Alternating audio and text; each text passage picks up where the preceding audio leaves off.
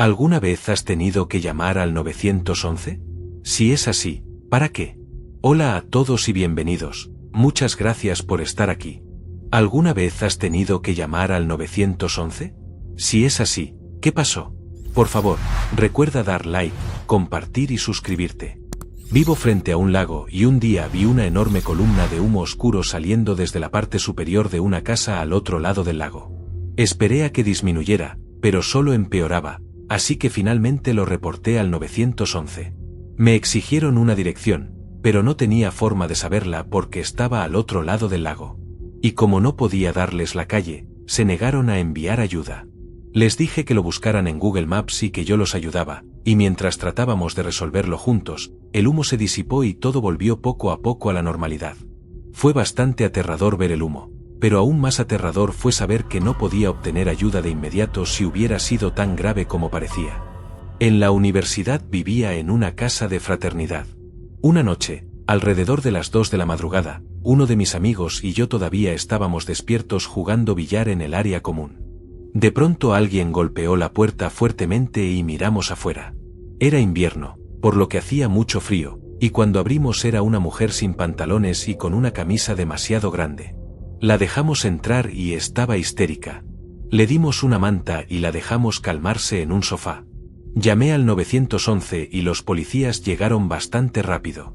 Resultó que la mujer había sido secuestrada 3 días antes y la habían encerrado y retenido como prisionera en una casa abandonada al otro lado de la calle de la nuestra. Fueron unos días bastante intrigantes.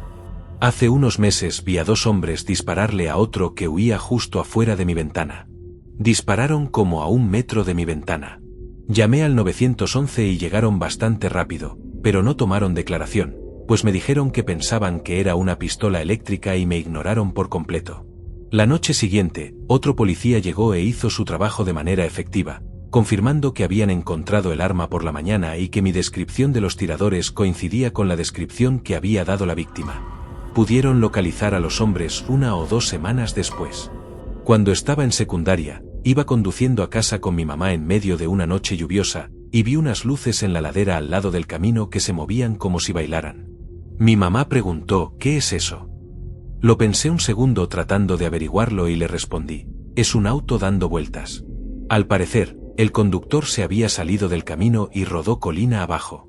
Llamamos al 911 y algunas otras personas también se detuvieron a ayudar. Resulta que el conductor había estado buscando un CD debajo de su asiento y no logró girar a tiempo. Recientemente, mi calle ha tenido un aumento significativo de delitos, incluidos actos de vandalismo, y creo que reportar estos crímenes podría hacer que la policía patrullara mi vecindario. El lunes alguien robó mi bicicleta del porche de mi casa. Llamé a la línea de emergencias y expliqué lo que pasó, pero me dijeron que llamara al 911, que para eso era. Así que llamé al 911 por una bicicleta robada, aunque no era una emergencia y no esperaba mucho al respecto. Pero cuando marqué, mi teléfono se negó a hacer la conexión. Después del tercer intento, logró conectarse. No sé qué es este error, pero tengo la sensación de que hace más daño que bien. Puedo imaginar lo frustrante que sería eso en una emergencia real. Estaba paseando a mi perro en el parque, en Brooklyn, y vi una gran pelea al doblar la esquina de la calle. 3 o 4 hombres estaban golpeando a otros 2 que intentaban escapar. Llamé al 911, di una descripción y ubicación, y la operadora se fue como por 30 segundos.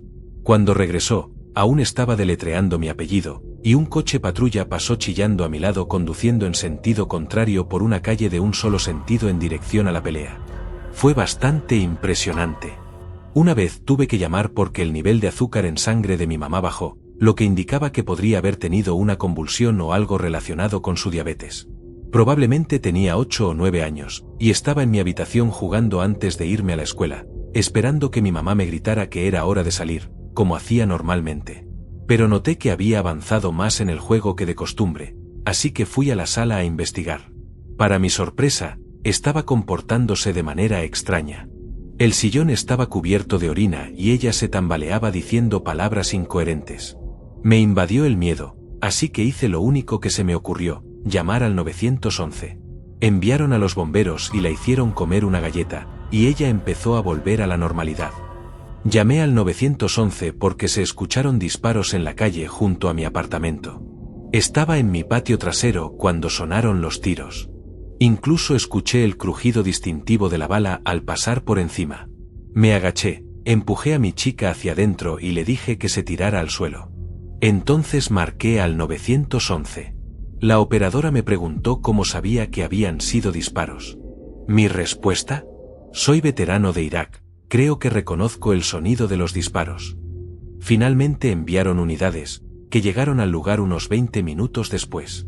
Vi a un coche patrulla pasar por la calle, sin siquiera detenerse ni llamar a mi puerta.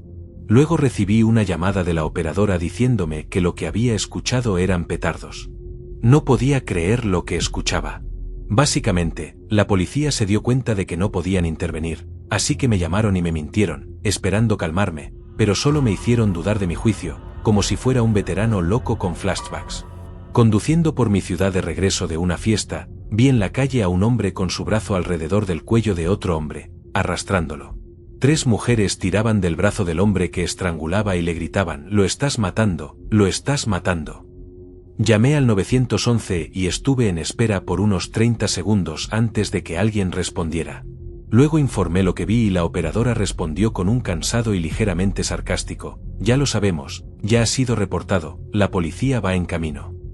Se sintió como si estuviera desperdiciando su tiempo deliberadamente informando algo que sabía que ya se había reportado.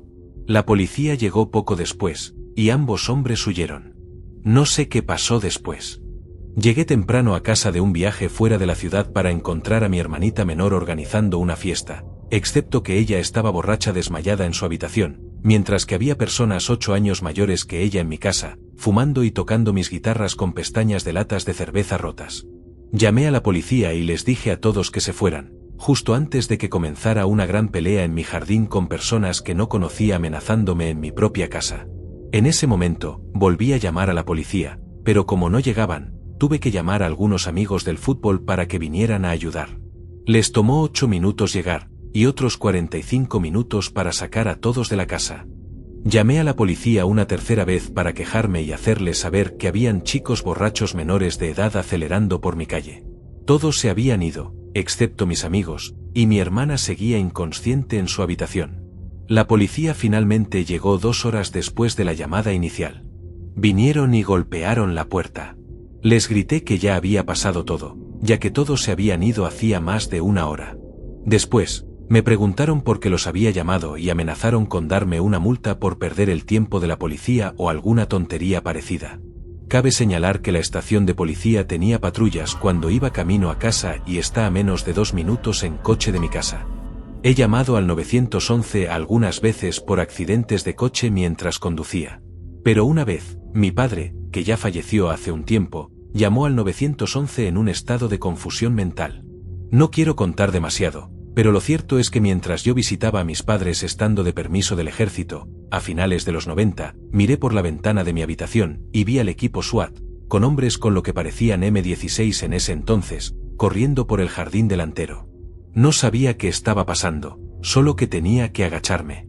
Todo fue un gran malentendido, me guardo el resto, pero fue una locura. Iba camino al juzgado, la primera nevada del año, y decidí conducir mi coche viejo de invierno, en lugar de mi coche nuevo. De regreso a casa, estaba detenido en una señal de stop cuando una Chevy de media tonelada me chocó por detrás a unos 65 km por hora porque no pudo frenar en la nieve. Rebotó en mi coche, empujándome a la zanja, y chocando de frente con otro coche. Desperté en la zanja, encontré mi teléfono, y llamé al 911.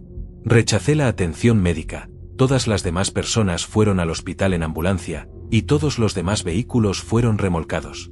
Después de salir de la zanja, un patrullero estatal me indicó que regresara a casa. Ahora el coche estaba en muy mal estado, el maletero no cerraba, no tenía luces traseras, y no tenía ventana trasera. El policía me dejó conducir a casa en la oscuridad así. Lo mejor de la situación fue que pagué $400 por el coche, lo conduje todo el invierno, lo destrocé, y me pagaron $800 en el seguro.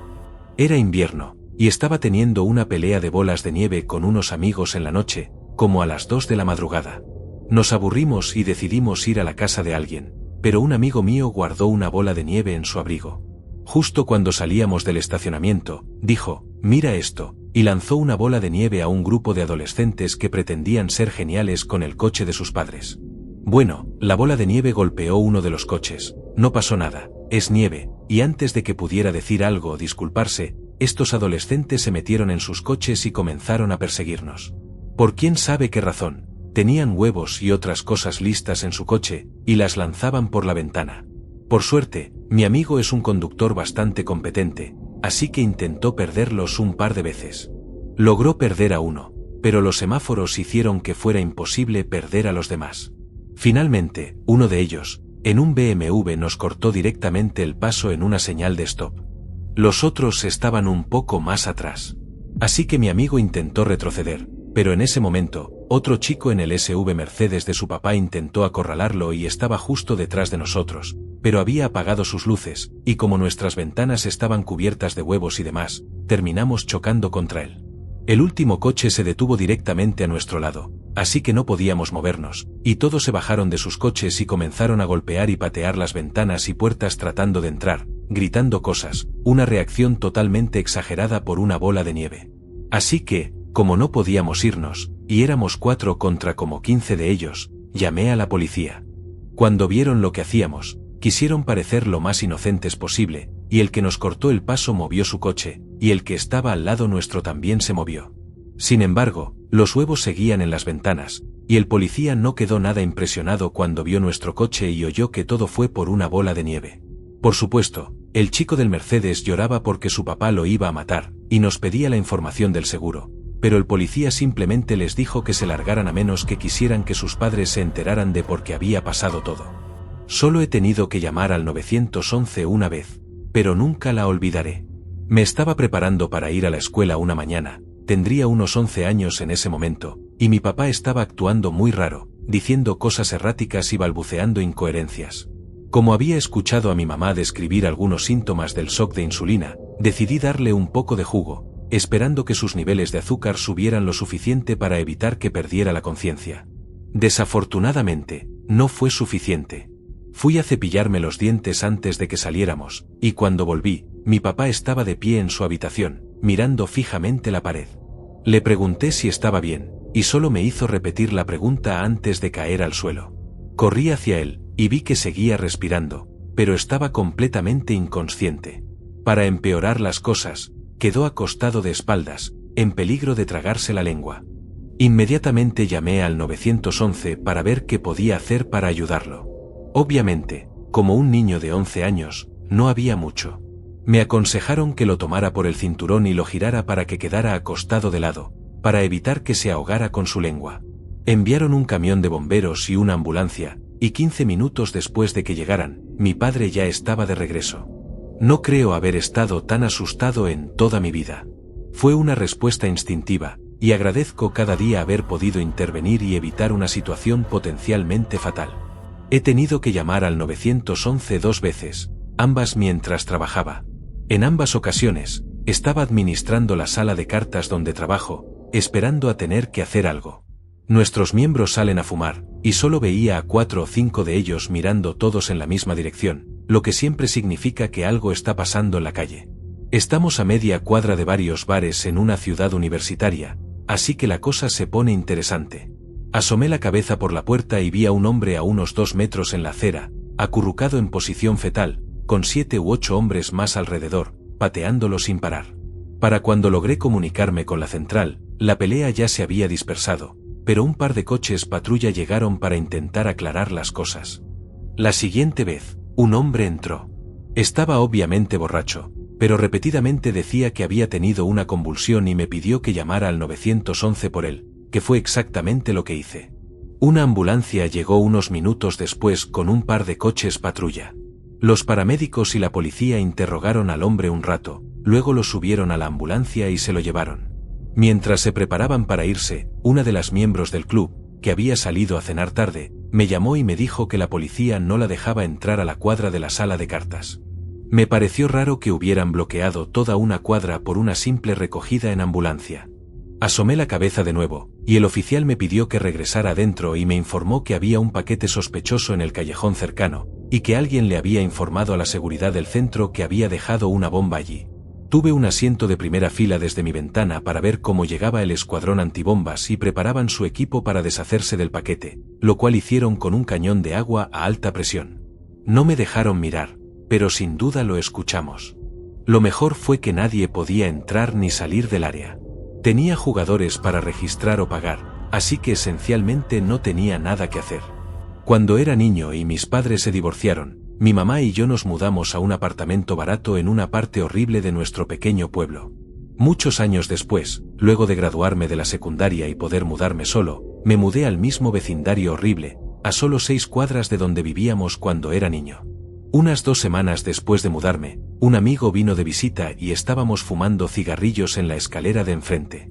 Cuando escuchamos el sonido distintivo de alguien recibiendo una paliza a la vuelta de la esquina de mi casa. Un coche se fue rápidamente, y luego pudimos escuchar a un caballero diciendo, «Ayúdame». Miramos a la vuelta de la esquina y vimos a una mujer con el brazo enyesado, deambulando borracha por el estacionamiento y llorando mientras intentaba ayudar a su amigo. Corrí dentro y llamé al 911, explicando que había un hombre con una herida en la cabeza en el estacionamiento, que acababa de ser golpeado por unos hombres que se habían ido.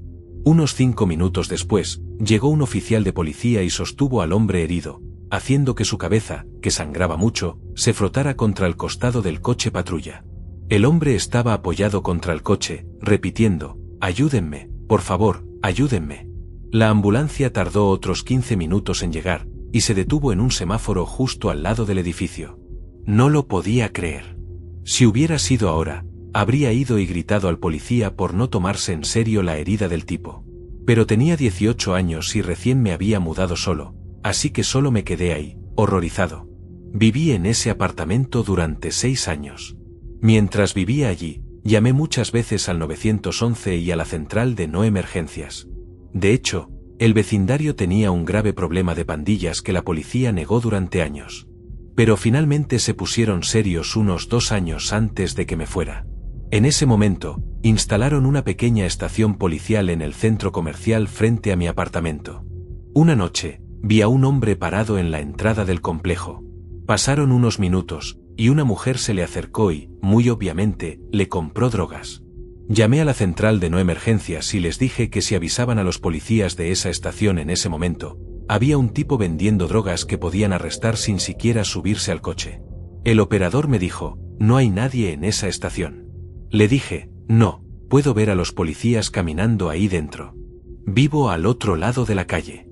Pero me dijo que solo eran sus coches.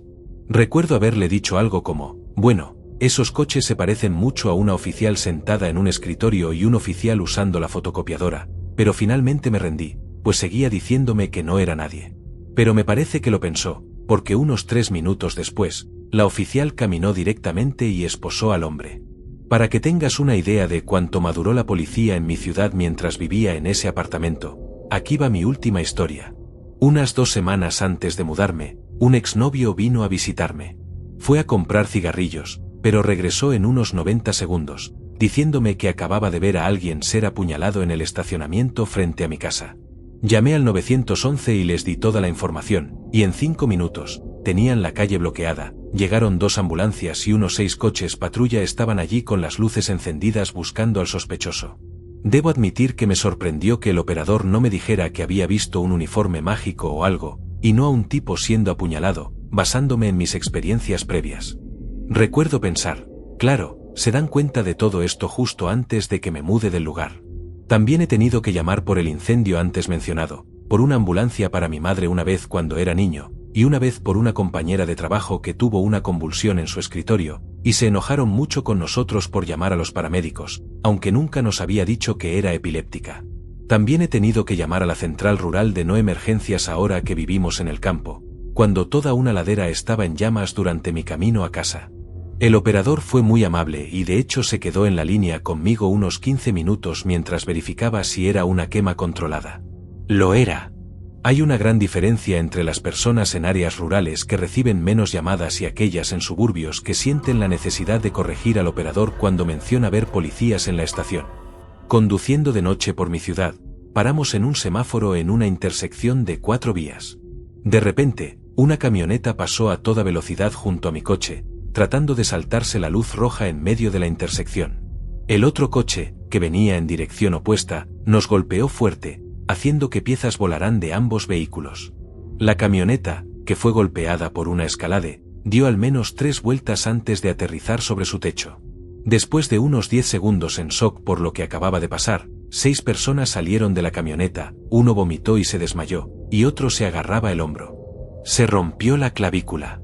Ya había llamado al 911 y luego fui a ayudar a estas personas. No vi a nadie salir de la escalade. Después de Acción de Gracias, tomé un tren para visitar a mi novio. Él trabajaba en un bar en ese momento, así que su madre me recogió para llevarme al bar. Mientras íbamos conduciendo, empezó a entrar en pánico, agarrándose el pecho y diciendo, «Oh Dios mío», repetidamente, temblando por completo. Se detuvo al lado del camino, diciendo que estaba teniendo un infarto. Traté de calmarla, saqué mi teléfono y llamé al 911, mientras corría a la esquina para ver en qué calle estábamos. La ambulancia llegó poco después, los paramédicos la subieron, y yo me senté atrás, llamando al bar, al teléfono de mi novio y a los amigos de mi novio tratando de localizarlo. El dueño del bar finalmente contestó, y logré avisarle a mi novio y a su hermano. Me quedé con ella en la sala de emergencias hasta que llegaron sus hijos. De hecho, tuvo un infarto. Lo más aterrador fue que cuando íbamos conduciendo al hospital, su madre comenzó a gritar el nombre de su esposo, quien había muerto años atrás. Terrorífico.